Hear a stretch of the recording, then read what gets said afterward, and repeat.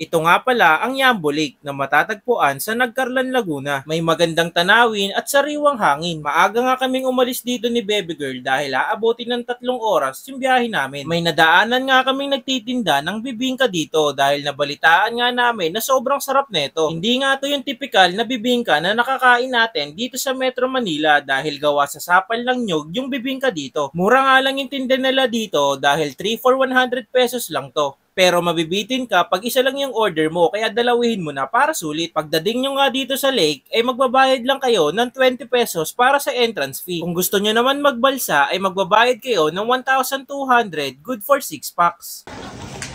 Bigla kami napasama mga chong dito sa Yambo Lake. Ginawa kaming joiners mga chong. So pagka hindi ka kasi joiners, 1,200 ang babayaran nyo. 6 person daw yun mga chong.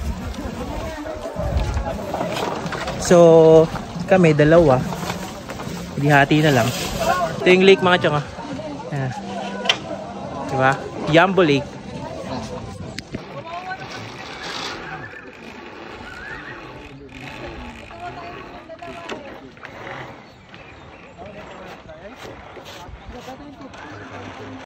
Ito na si Baby Girl. Ayan na siya. Atapang-atap to ha.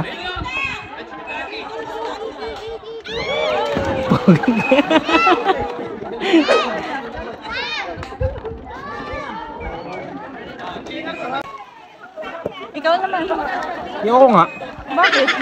Taas-taas niya ni. Yeah, yan na siya.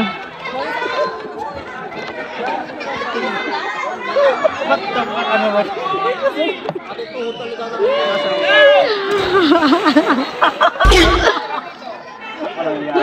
Dawan ako diba siya yung nagkabayan para pagkili ka marito. Ito na lang, ito na lang. Ano, kaya pa? Inubo. Sarap pa tubig. Sarap pa tubig. Lasa tae.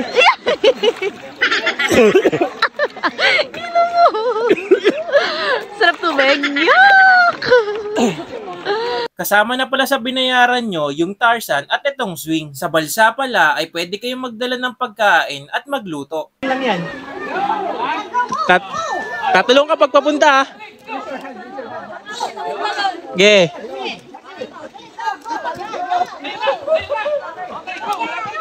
Tatalon na siya.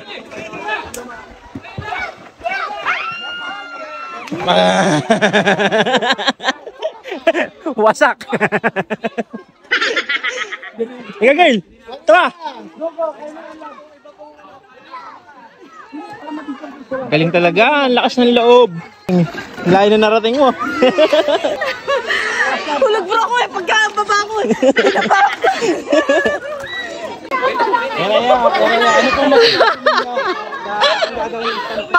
Patas!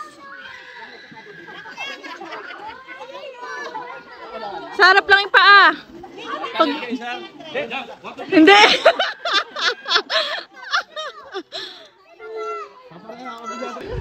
Ito mga tiyan yung ito yung last part. Umakit kami dito. Hiking ang nangyari sa amin para makita tong anong lake to? Yambaw Lake.